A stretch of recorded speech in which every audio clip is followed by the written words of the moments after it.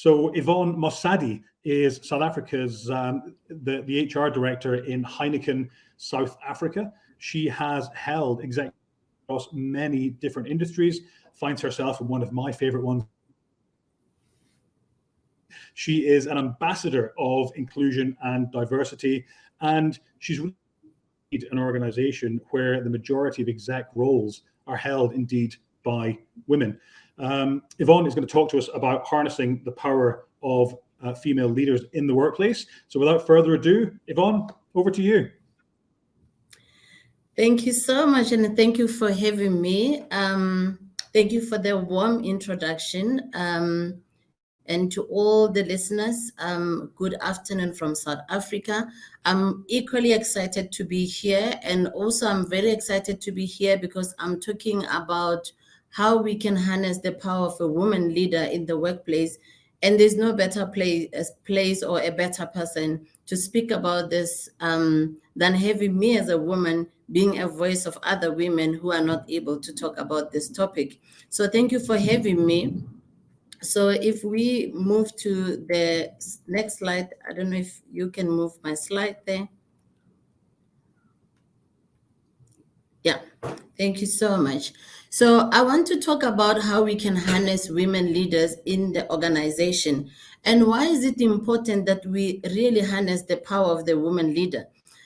It's not coming from nowhere. The research and the statistics does show that women leaders make a difference in an organization. And it also shows that when a woman is part of decision making, those organizations that embrace that diverse voice of a woman, they often make better decisions than those organizations that they normally wouldn't have a diverse voice of a woman. And in terms of profitability, it also shows that companies that embrace women in their organization, in their decision making, they are more profitable than those that don't have women in their organization. So the question is then to say, why are we not seeing progress in terms of having enough representation of women leaders, especially at the strategic level in a decision-making table? And hence, my inspirational talk with you today to say, let's look at those barriers that hinders organization to progress in this most needed an agenda, and which is a very strategic agenda for the organization. So let's firstly look at this whole woman journey and say, how can we really shape this woman journey for the organization to benefit from having this a powerful women leader in the organization? So often, one of the biggest barriers is the ground where this woman is supposed to be planted and flourish to really be productive. So this is what we call the breeding ground. So when we look at the breeding ground, we're looking at the organization holistically to say, does the organization has a culture that is ready to embrace the power of this woman? Because indeed, women are powerful. Indeed, women are skillful, and they are capable to make changes that is good for the organization. But often we find that the culture is not ready. The culture is not ready in a sense that embracing a women leader is not even part of the strategic KPIs for most organizations. So how can it be possible that we can really groom the woman if it's not a strategic KPI and there is no bold intent, decision and declaration from the top leadership of the organization to really want to make difference and bring more women leaders in the organization? So it really firstly starts with the organization having that strategy in place, setting KPIs from the top that really make sure that we will embrace women in the organization. We're taking this journey and bringing everyone else in the organization to understand the importance of having diverse gender in the organization and why women would have a voice in the strategic table. So it's, if we look at Heineken, what we are doing with this sustainability agenda, it is not an agenda that is driven by HR. It's a strategic business agenda that comes from the top. It is linked to our KPIs. We are bold and we are clear in terms of what KPIs we are chasing in terms of gender diversity. We have clear targets. We have clear initiatives that we are driving in the organization to make this possible for a woman leader to come and thrive in our organization. So that helped us to really make some milestones. So if you look at our global targets, we aim to have 30% of women leader representation globally. If you come back to my own country, we are already 50% more women leaders in the organization, which is very thrilling because I've worked for many organizations and I've been a woman leader at the early age of my career when I was 29 years. And my difficulty was being a woman leader alone amongst all people who can never understand my needs as a woman, who could never understand why my voice matter. And being in an organization like Hanneken, it's so fulfilling because you are there, you've got a seat, your decision and your voice is respected, and the ground is so rich to allow us as women to flourish. But then we say it's not only about a woman when the woman is in a leadership role. We say, how do you then grow and develop women, more women, to actually come up the rank? Because we are saying the melting pot of women leaders, we can see statistically every year the numbers are going down. We are not seeing improvement by having more women in leadership role. In fact, in South Africa, we have a situation where few women who are successful and are in top positions, they are really in a small pond, and every top employer is really fishing from this small pond, and only few people keep on rotating senior leadership role. And we are saying we are not proud of that. We want to have more women in there exposed and growing because they are capable. So what are we doing as Hanneken to grow women leaders? We're not only focusing at women when only they are at a strategic level. We start them young. We've got development programs where we strategically bring more women because we want to have more pool, we want to have more pipelines of women, and we develop them gradually. And when they get into a stage of leadership, we know that's when the heat gets strong.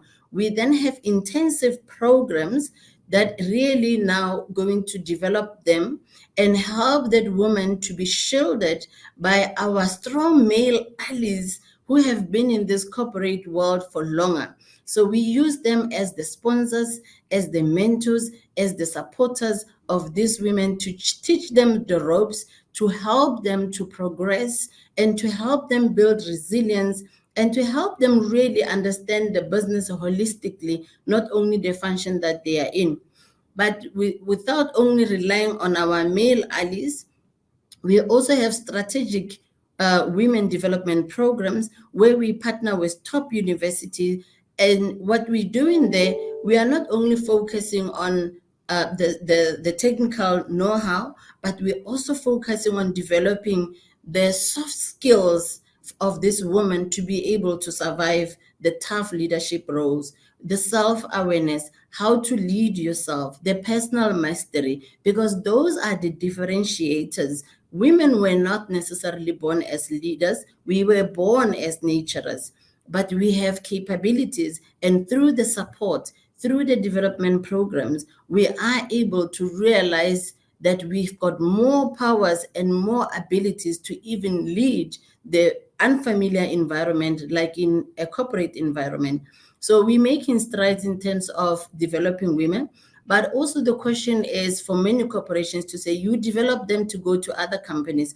And my answer there is, when you develop women and you don't have an intent to really promote them and advance their career, I always say don't do it, because yes, you will be developing them to competitors, because the women are not going to stay in your organization because you develop them. They are also there. They want to see growth. They want to go places. And that's what we do. We develop women with intent. We strategically target positions that when we start taking a woman in a journey of growth, we know where we want this woman to land, and we take that woman through that path all the way. And that has been our success there. Then we're also talking about inclusion and equity. And when women are in an organization, yes, we make sure that the environment is inclusive. What we are doing in terms of inclusion, we do have inclusion and equity ambassadors. We do have programs where we educate the whole organization about the importance of inclusion. We use all our leaders to be really the voice of inclusion. We lead from the top. We use our senior leaders to have TED Talks and to also have continuous discussions with the wider organization to send a firm and a strong message that we are inclusive organization. However, if you only focus on the messaging, it's not enough. And what I like about what Heineken has done has really taken the equity part of diversity, equity, and inclusion very seriously to say, how can we say women are included in the organization if we don't address the barriers where we have to make sure that they've got equitable opportunities in terms of development, in terms of the promotion, in terms of equitable salary, which is one of the sensitive part that most organizations are not willing to address. So if you look, we zoom into the equitable salaries, most women come into organization and often they don't negotiate because they're not aware of their worth, or even if they are, they don't feel confident enough to negotiate themselves. And often, if the system is not set in a way that this woman would be protected, when you do your stats, you can see that most women earn less than their counterparts. So we took a bold decision and bold drive as Heineken, and we said, let's analyze what makes women earn less than males. And when we did that analysis, we realized that it normally happens at the time of entering the organization, because the male counterpart will not just accept the first offer you give them. They would actually negotiate until they squeeze you, whereas the woman would just accept. And we have put principles and policies in place to say, we will, as Heineken, be a voice of a woman who comes in here. If they don't know their worth, we will show them what they are worth. And we make sure that they've got fair salaries. And every year, what we're also doing is we put aside a budget that is purely allocated to address the inequities in salaries. And we really focus on women, especially those who joined the organization before. And we look at the gaps between them and their male counterpart.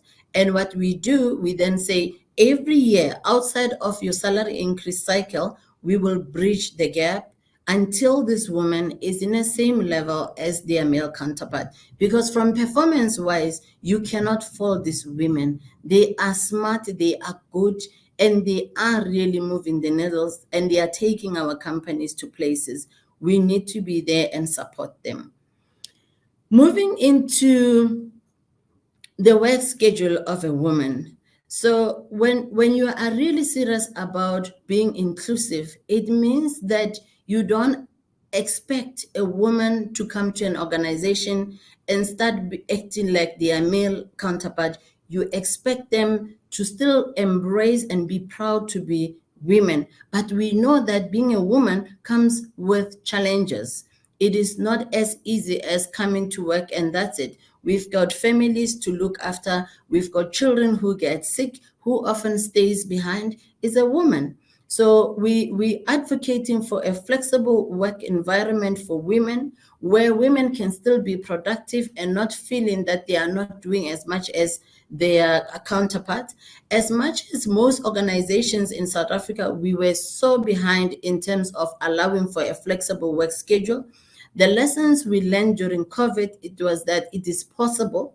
So we have seen the accelerations of opportunities to work from anywhere, opportunities to work from home, where you can still be nurturing your child at home. You can still be productive because it's acceptable that you can still work from home. And those are opportunities that we're continuously looking into to say, we need to continue to empower women, especially if we want them to work for us and we want the environment to be conducive for them.